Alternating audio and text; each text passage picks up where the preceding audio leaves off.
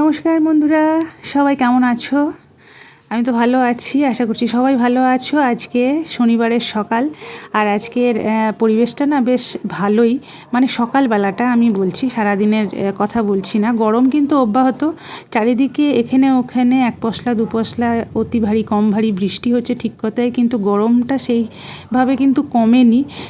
আশা করছি বর্ষা আসছে এবং বর্ষা আসার পর হয়তো গরমটা একটু হলেও কমবে। এছাড়া আমরা যে দেখতে পাচ্ছি পশ্চিমবঙ্গের এখন একটাই ওয়েদার, সেটা হচ্ছে গ্রীষ্মকাল, আর মাস দুয়েকের জন্য হয়তো শীতকাল। এরপরে আর কোনো ওয়েদার কিন্তু মানে লক্ষ্য করা যাচ্ছে না। যাই হোক, সকাল এখন 8টা সাড়ে 8টার কাছাকাছি। আজকে শালিনী আসছে, ওর তো গ্র্যাজুয়েশনের পরীক্ষাগুলো কমপ্লিট হয়ে গেল, এখন মাস তিনেক এখানেই থাকবে। তারপরে ওখানে মাস্টার্সের ফর্ম ফিল আপ করবে, ইকোনমিক্সেরই করবে বলছে। যাই হোক, পড়াশোনার বিষয় আসছি না। কালকে মান্তু এসেছে, ও এক সপ্তাহ থাকবে। তো এখন আমার ঘর ভর্তি। মা কিন্তু নেই বাড়িতে, মা গেছে মাসির ওখানে, মাসি শাশুড়ির কাছে কীর্তন শুনতে 24 প্রহর। তো সেখানে আমারও নিমন্ত্রণ ছিল। এই এত গরমে বন্ধুরা, আর আমার মানে ব্যক্তিগতভাবে ওই 24 প্রহর একদম ভালো লাগে না। মানে এক নাগাড়ে অতক্ষণ আমার ঠিক ভালো লাগে না। তো এই দেখো আকাশে মেঘের একটা কীরকম ঘন ঘটা, ঠিক আছে, ওই জন্য একটা ভ্যাপসা গরম আছে, কিন্তু সকাল থেকে হাওয়া দিচ্ছে বেশ ফুরফুরে। আর ছাদে গাছ কটাতে এখন যেন একটু প্রাণ সঞ্চার হয়েছে, মানে ফুল ফুটছে, বা আগের পরিস্থিতি থেকে যে হারে গরম পড়েছিল সেই পরিস্থিতি থেকে এখন অনেকটা তারা ফিরে আসছে, মানে ফুল ফুটছে। আর এই শান্তিনিকেতন থেকে আনা এই গাছগুলো তো আমার সারা বছর ফুল দিল, এত গরমেও গাছগুলোতে কিন্তু ফুল ফুটেছে। এই দেখো, আর কালারগুলো না এত মিষ্টি কালার, মানে গরমের মধ্যে 2-4টে ফুল যদি ছাদে ফুটে থাকে তাহলে দেখতেও ভালো লাগে। আর এখন সব থেকে বেশি ফুটছে বেলিগুলো, 3টে বেলি গাছ আমার মানে বেলি বৃক্ষ হয়ে গেছে যাকে বলে।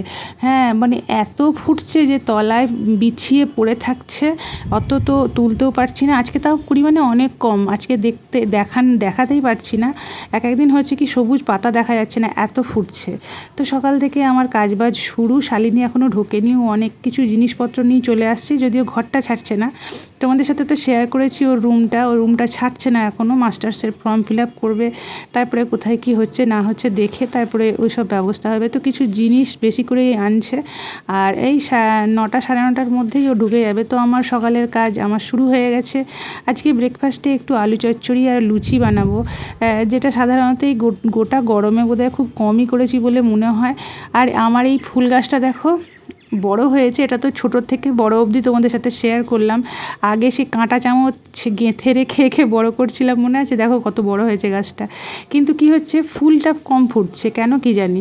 তো এদিকে আমি আলু চচ্চড়ি বসিয়ে দিয়েছি, তা করতে করতে আমি নিচে কিন্তু এক প্রস্ত কাছাকাছি করতে দিয়ে এসেছি, একবার তো কেচে মিলে দিয়েছি, তো আরও খানিক কাঁচা আমার বাকি আছে। তো এদিকে আলু চচ্চড়ি করছি আর লুচিটা তাড়াতাড়ি করে নেবো, কেন কি তাড়াতাড়ি ব্রেকফাস্টটা যদি তাড়াতাড়ি হয়ে যায় তাহলে সারা দিনটা দেখবে খুব তাড়াতাড়ি এগোয়। এদিকে আমার একটু বাইরে বেরোনোর আছে, বাইরে মানে আমার একটু ডাক্তার দেখাতে যাওয়ার আছে দাঁতের জন্য, দাঁতের সমস্যায় ভুগছি একটা। তো সেই কারণে সেখানে একটা চেক আপের ব্যাপার আছে, সেই জন্য যাব। আর গরম তো আছেই, তার মাঝে আমাদের বাঙালিদের তো খাওয়া দাওয়াটা তো একটু হলেও বেশি না, তো সেটাই তোমার চলছে। তো সবাই তোমরা কেমন আছো? তোমাদের সবার গরমের ছুটির কী প্ল্যান? সবারই তো ছেলে মেয়ে আছে, আর তোমরা কোথায় কোথায় ঘুরতে যাচ্ছ? এই গরমে কি ঘুরতে যাওয়ার জন্য কোনো প্ল্যান করতে পেরেছো তোমরা? আমি অনেক ছোট ছোট জায়গায় যাব ভেবেছিলাম, ঠিক করেছিলাম, কিন্তু অতিরিক্ত গরমের কারণে মায়ের কাছেই যেতে পারছি না। আর এদিকে চলো তোমাদের সাথে শেয়ার করি, শালিনী আর মিত্রবাবু জলখাবার খেয়ে একটু জুতোর বাজার করতে গিয়েছিলো শ্রী লেদার্সে। তো এই দেখো বর্ষায় পড়ার জুতো, এটা মিত্রবাবু নিয়েছে, এটা ওদের 300 নিয়েছে। তো এই যে জলটা বেরিয়ে যাবে আর এগুলো পরে ডিউটিও করতে পারবে, তো সেই কারণে বেশ সুন্দর হয়েছে। আর কিছু স্লিপার্স ওই ঘরে পরার জন্যও নিয়েছে মান্তু, যেগুলো খুলে খুলে দেখাচ্ছে। চলো তোমাদের সাথে দামগুলো সমেত শেয়ার করে দিই। তো এটা দেখো, এটা একটা বাড়িতে পরারই স্লিপার্স, এটা শালিনী নিয়েছে। তো এটার দাম নিয়েছে 290। তো জানি না কীরকম হবে, আপাতত এখানেই পড়বে। তারপরে তো যখন যাবে তখন ঠিক থাকলে ভালো, না হলে আরেক জোড়া কিনতে হবে। বাড়িতে আমাদের পড়ি এই কারণেই, সবসময় অনেকেই পড়ো না, কিন্তু আমার গোড়ালিতে একটা পেন হচ্ছিল, তখন থেকেই আমাকে মেডিকেটেড চপ্পল ব্যবহার করতে হয়। আর সেই কারণেই তখন থেকে যে ঘরে চটি ব্যবহার করা হয়, তো সেই থেকে সবারই অভ্যাস হয়ে গেছে। আর ছাদে যেহেতু গাছ আছে না, তো সেহেতু সেই ছাদের ধুলো ঘরে চলে আসে, ওই জন্য চপ্পল ইউজ করি। তো এই দেখো এখানে একটা মজা হচ্ছে, এটা শালিনী চপ্পলটা নিয়েছি, এটা বোধহয় 400 এইরকম, তোমাদের সাথে দামটা শেয়ার করলাম। তো মান্তু যেটা বলছে যে মা, তৃষার পায়ের সাইজটা দেখো, এই একটা চপ্পল যদি আমার গালে এসে পড়ে তো আমার মাথা ব্যথা ঘুরে যাবে। বোঝো কাণ্ড মেয়ের কথাবার্তা। আর ওদিকে তৃষা বসে বসে দিদিভাইয়ের এইসব কথাবার্তা শুনছে। তো এত গরমে চোটেও দুদিন জিনিসপত্র গুছিয়েছে, সমস্ত কিছু করে তারপর এসছে, তো ভীষণ টায়ার্ডও। তারপরে আর একটা স্লিপার্সে দেখাই তোমাদের, ওটা শালিনী নিয়েছে। তো শালিনী নয়, এটা মিত্রবাবুর, এটাও ও বাড়িতে পড়ার, এটা ওদের 250, হ্যাঁ ওই রকমই নিয়েছে। তো যাই হোক, শ্রীলেদার্সে এখন ভালোই পাওয়া যাচ্ছে চপ্পলগুলো, আমাদের পরে কিনবো। আজকে যে রান্নাগুলো করেছি তোমাদের সাথে শেয়ার করি, চলো তাড়াতাড়ি করে করেছি, কেন কি আমার একটু ডাক্তার দেখাতে যাওয়ার আছে। তো ভেন্ডি ভাজা করেছি পেঁয়াজ দিয়ে, এটা রসুন দিয়ে মুসুর ডাল করেছি। আর ওদিকে করেছি লাউ শাক, তো কাটছিলাম তোমাদের সাথে শেয়ার করলাম। তো লাউ শাকের পোস্ত, আমাদের বাড়িতে কিন্তু লাউ শাকটা পোস্তই হয়। জানি না আর কীভাবে লাউ শাক তোমরা খেয়ে থাকো, অনেক রকম আইটেমই হতে পারে, কিন্তু আমার তো মনে হয় লাউ শাকটা পোস্ত দিয়েই ভালো লাগে। চিংড়ি মাছ দিয়েও হয়তো ভালো লাগতে পারে, অন্য দিন ট্রাই করে দেখব। আমাদের পোস্তটাই ভালো লাগে। তো বেরিয়ে পড়লাম, এটা হচ্ছে আমাদের খেজুরতলা মোড়ের কাছে রোডটা, এই রোডটা পুরো কভার করে আমি জিম যাই। এখন জিমটা এই সপ্তাহটা যাওয়া হচ্ছে না, তো কামাই হয়ে যাচ্ছে, ভীষণ কামাই হচ্ছে। আমি যখন কোভিডের আগে ব্যায়াম করতে যেতাম তখন একদম আমি কামাই করতাম না, এখন দেখছি না ভীষণ কামাই হয়ে যাচ্ছে। তো যাই হোক, এই রাস্তাটা পুরো কভার করে হসপিটাল মোড়ের কাছে আমাদের জিমটা। তো যাই হোক, তোমাদের সাথে আজকে একটা পাবদার রেসিপি শেয়ার করব। সেই পাবদার রেসিপিটা হচ্ছে গিয়ে টমেটো পাবদা। তো আজকে মিত্রবাবু দেখো মাছগুলো পেয়েছে, পেটের ভেতরে ডিম থাকা, এটা বেশ ভালোই লাগে, কিন্তু মুশকিল হয় কি, পাবদা এমনিতেই ভাজতে গিয়ে ভীষণ তেলে ফোটে, তো ডিম থাকলে তো আরোই কথা নেই, কিন্তু খুব ভালো লাগে খেতে, জানো তো। আর এখন দেখছি আমারও আস্তে আস্তে পাবদাটা বেশি ভালো লাগছে।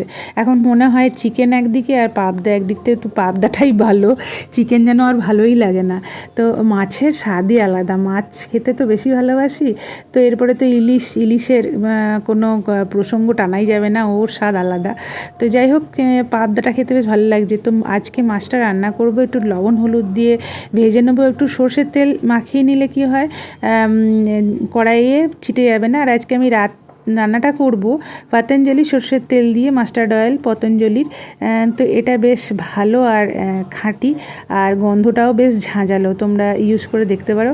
তো এই দেখো মাছগুলো ফার্স্টে আমি আগে ভেজে নেবো। আমার মনে হয় ইলিশ পাবদা এইসব মাছগুলো বেশি খড়া করে ভাজলে, মানে কড়া করে ভাজলে মাছটার কোনো স্বাদ থাকে না। ইলিশের ক্ষেত্রেও তাই মনে হয়, পাবদাতেও তাই মনে হয়, কিন্তু নিজের স্বাদের ওপর পুরো পরিবার ভিত্তি হয় না। তো সেই জন্য একটু হালকা খড়া করেই ভাজলাম।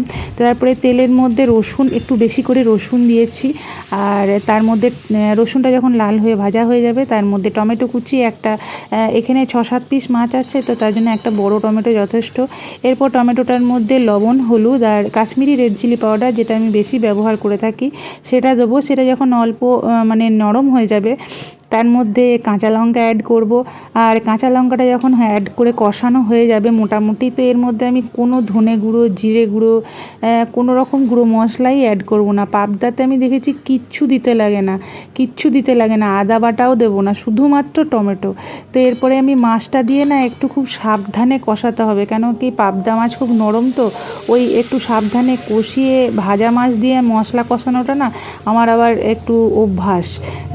অনেকে হয় কি মশলাটা ফুটবে যখন, তখন মাছটা দিয়ে দাও, কিন্তু মাছ দিয়ে মশলা কষালে না সেই ঝোলটা খেতে কিন্তু ভালো লাগে, আমার তো লাগে।